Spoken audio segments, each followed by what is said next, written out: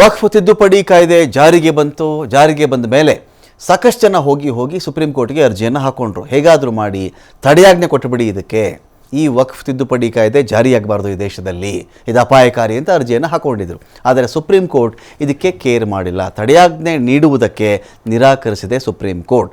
ಕಾಯ್ದೆ ಪ್ರಶ್ನಿಸಿ ಸಲ್ಲಿಸಿದಂಥ ಅರ್ಜಿಗಳ ವಿಚಾರಣೆ ನಡೆಸಿದಂಥ ಕೋರ್ಟ್ ದೇಶಾದ್ಯಂತ ನಡೀತಾ ಇರತಕ್ಕಂಥ ಹಿಂಸಾಚಾರಕ್ಕೆ ಒಂದು ಕಡೆ ಕಳವಳವನ್ನು ವ್ಯಕ್ತಪಡಿಸಿದೆ. ಕೇಂದ್ರ ಸರ್ಕಾರಕ್ಕೆ ಗಂಭೀರ ಪ್ರಶ್ನೆ ಮಾಡಿದೆ ಸುಪ್ರೀಂ ಕೋರ್ಟ್. ವಕ್ಫ್ ಮಂಡಳಿಯಲ್ಲಿ ಮುಸ್ಲಿಮರಲ್ಲದವ್ರಿಗೆ ನೀವು ಅವಕಾಶವನ್ನು ಕೊಟ್ಟಿದ್ದೀರಿ. ವಕ್ಫ್ ಅಂತ ಒಂದು ಮಂಡಳಿ ಇದೆಯಪ್ಪ, ಮುಸ್ಲಿಮರಿಗೆ ಸಂಬಂಧಪಟ್ಟದ್ದು. ಅದರಲ್ಲಿ ಮುಸ್ಲಿಮೇತರರಿಗೆ ಒಂದು ಅವಕಾಶ ಕೊಟ್ಟಿದ್ದೀರಿ ನೀವು. ಬೇರೆ ಯಾರು ಹಿಂದೂನು ಬರಬಹುದು, ಕ್ರೈಸ್ತರು ಬರಬಹುದು, ಇನ್ಯಾವುದೇ ಜಾತಿಯವರು ಕೂಡ ಧರ್ಮದವರು ಬಂದು ಅಲ್ಲಿ ಸೇರಿಕೊಳ್ಬಹುದು.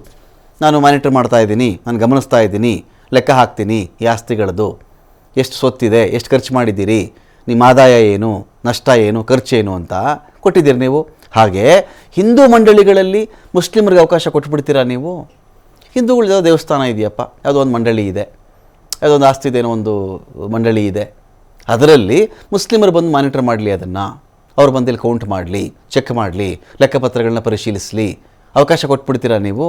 ಈ ಬಗ್ಗೆ ಕೇಂದ್ರ ಸರ್ಕಾರದಿಂದ ಉತ್ತರವನ್ನು ಬಯಸಿದೆ ಸುಪ್ರೀಂ ಕೋರ್ಟ್. ನಾಳೆ ಮಧ್ಯಾಹ್ನ 2 ಗಂಟೆಗೆ ವಿಚಾರಣೆಯನ್ನು ಕೋರ್ಟ್ ಮುಂದೂಡಿದೆ. ನಾಳೆ ಸುಪ್ರೀಂ ಕೋರ್ಟ್ ಮಧ್ಯಂತರ ಆದೇಶ ಕೊಡುವಂತಹ ಸಾಧ್ಯತೆ ಇದೆ. ಇವತ್ತು 2 ಗಂಟೆಗಳ ಕಾಲ ವಿಚಾರಣೆ ಮಾಡಿದ್ದು ಸುಪ್ರೀಂ ಕೋರ್ಟ್. ಸುಪ್ರೀಂಗೆ ಕಾಯ್ದೆ ವಿರುದ್ಧವಾಗಿ 100ಕ್ಕಿಂತ ಹೆಚ್ಚಿನ ಅರ್ಜಿಗಳು ಸಲ್ಲಿಕೆಯಾಗಿವೆ.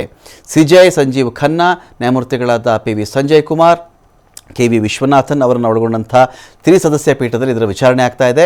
ಕೇಂದ್ರದ ಪರವಾಗಿ ಸಾಲಿಸಿಟರ್ ಜನರಲ್ ತುಷಾರ್ ಮೆಹ್ತಾ ವಾದವನ್ನು ಮಂಡಿಸ್ತಾ ಇದ್ದಾರೆ. ಅರ್ಜಿಗಳ ಪರವಾಗಿ ಕಪಿಲ್ ಸಿಬಲ್, ರಾಜೀವ್ ಧವನ್, ಅಭಿಷೇಕ್ ಮನು ಸಿಂಘ್ವಿ ವಾದವನ್ನು ಮಂಡಿಸ್ತಾ ಇದ್ದಾರೆ.